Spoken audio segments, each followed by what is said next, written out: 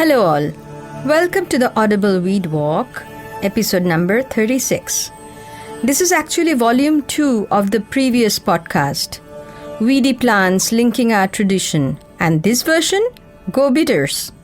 Actually, we could have called this Let's Boost Our System with Bitters. This week too, we will continue with the equinox full moon tradition of dol-yatra, holi, nauroz, Easter, Passover, and all that good stuff. Notice I logged these festivals to the sun via the vernal equinox and the moon via the first full moon of the spring. Because irrespective of the language we speak, stories and mythologies that we share, traditions and rituals we follow, we share a common wisdom that are associated with these celestial events.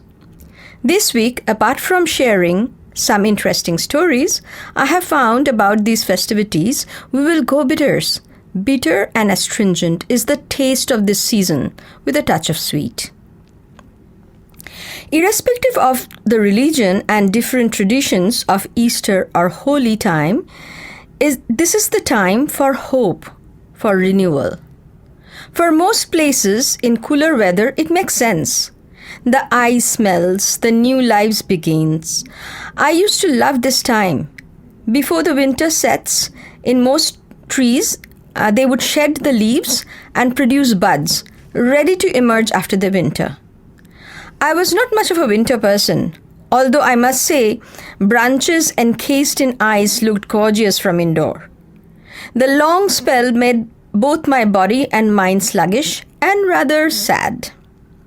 I would diligently check outside the window for signs for it all to end and the spring to begin. Lo and behold, surely one day a cardinal will appear.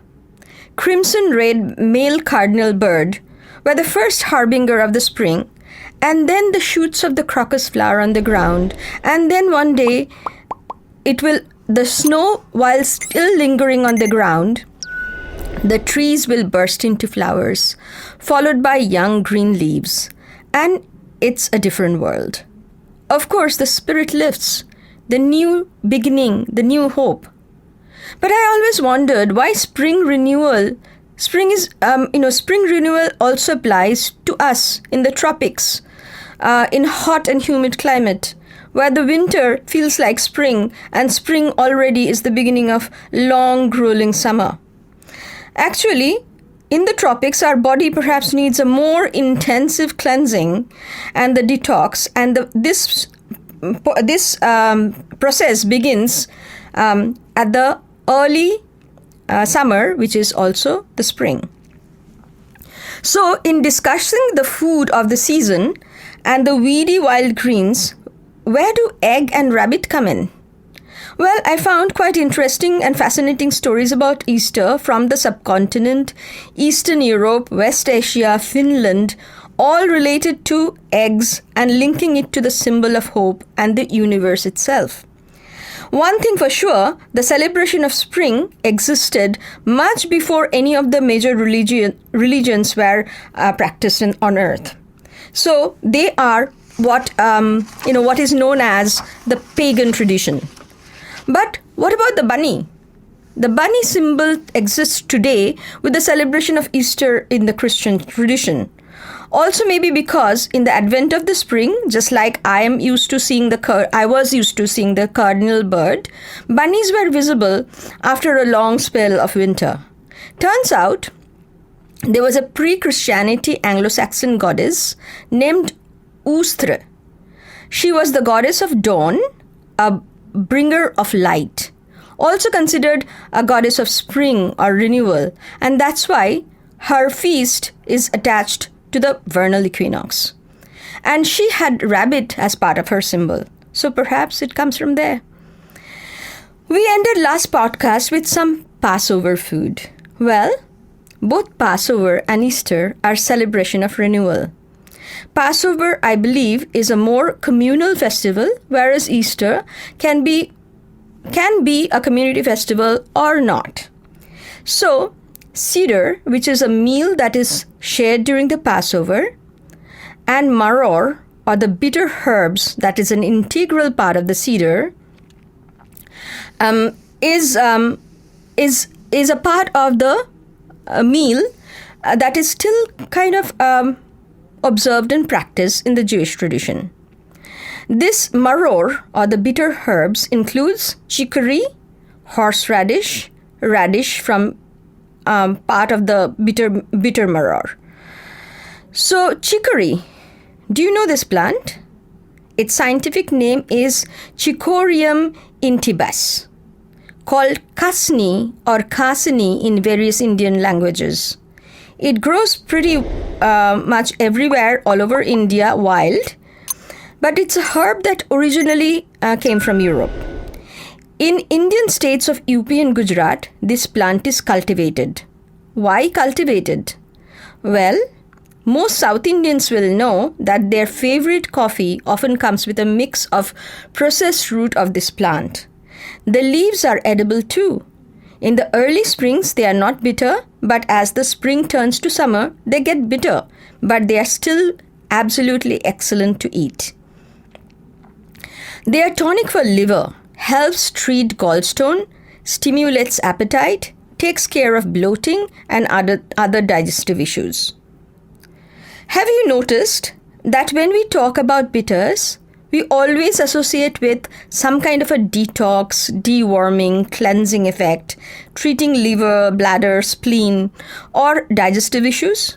It also stimulates digestion, appetite. Yes, and these are common properties of all bitters, while the specifics may differ some. Why, you wonder, bitters are good for you? If it was me listening to this podcast years ago, I will ask, why on earth should I eat them? They are yuck. But then I saw my parents, and some even of my own age, were relishing the taste. In Bengal, and pretty much the whole of eastern India, Odisha, Bihar, Assam, includes bitter in what is at the beginning of each meal. If it is a home-cooked meal, you have to have a bitter upfront. It was a hard one to gulp as a child, but honestly, some of them was tasty. Seasonally, they differed, and since many bitters occur in one single season, they were changed daily too. Young, tender neem leaves, crisp fried in ghee, taken with a touch of salt and a bit of ideally fragrant rice. Just a spoonful is good. The bitter melon, wild greens, which is called jukti phool, Draga volubilis. You can actually get them here. Gime shak, which is Glenus oppositifolius. Brahmi, Bacopa moneri. Thankuni, or we call it Vallarai here, Centella asiatica. Choices were many. I'm sure that you could figure out that many of them are actually locally available all over India and beyond. Whenever it is the season, it is your season to include them in your diet because it is the season when your body needs it most. That is one nice thing about connecting to weeds. The wild green springing up on their own will remind and tell you what to eat, how much to eat, and when. We just have to know and hone our skills to observe and listen. So going back to the question, why bitters are useful? Why should we eat them? Here are some pointers to ponder upon. The taste bitter promotes appetite and improves digestion. When bitter taste hits our tongue, it stimulates secretion of digestive juices, including enzymes. It simultaneously stimulates and activates the liver and the pancreas. This way, it prepares the body to digest and assimilate the food we eat, providing a plethora of health benefits to our body. Eating wild weedy greens of the season that are bitter helps in digestion in way that it reduces food sensitivity, leaky gut syndrome, and even autoimmune reactions. Bitter herbs also acts as a prebiotic fiber, improve our gut microbiome. It promotes healthy bowel regularity, soothe bloating, heartburn, upset stomach, and nausea. It helps maintain healthy glucose level, ward off sugar craving, prevent overeating, support liver function, and increases the absorption of fat-soluble vitamins such as A, D, E, and K. Wow, what is not to like about bitters? At the end of this, you will say, I love weedy wild bitters. Okay, not just the weedy wild ones, even the cultivated ones. Coming back to the traditional meal during the vernal equinox and spring full moon time, I read that Germans have this celebration called Maundy Thursday. Pardon me, but I'm sure that the pronunciation I am actually, pronouncing it is quite terrible. I'll attempt it anyway. It is called Gunderstag. If you have understood that, it means Green Thursday. Although the word didn't originate from the word green, but instead from a word that means to weep, because it is linked to the Christian tradition, even though these two originated from long before. Apparently, Çatalhöyük in Turkey was the place where this tradition began many, many years back. However, still today, it seems that German tradition continues to eat a lot of green vegetables to mark this day, which commemorates the Jesus' last supper. Then there is this 12-bean soup from Ecuador called fanesca.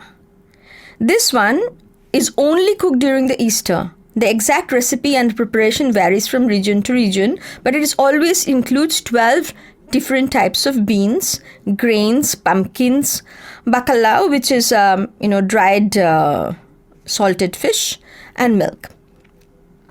It is a very symbolic of the Catholic tradition, but at the same time, the kind of seasonal food one needs to nourish body, help accumulated kapha drain out, and regain strength.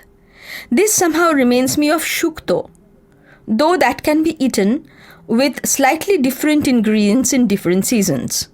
This includes bitter gourd, a must, beans of several kinds, pumpkins, eggplants, some bori or the lentil dumplings, black pepper, chilies, milk or coconut milk, depending on which version you're making, vegan or not, and ghee or oil.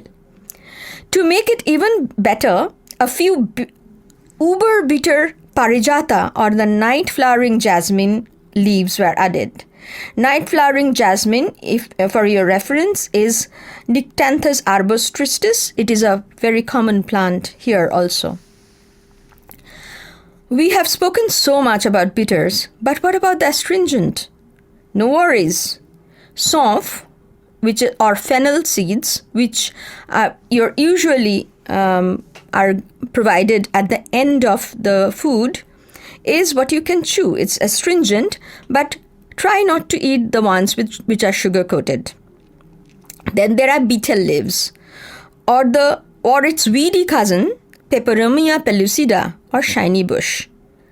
This shiny bush you will easily find growing in your pots on the side of the plant that you are nurturing, or in the garden fringes.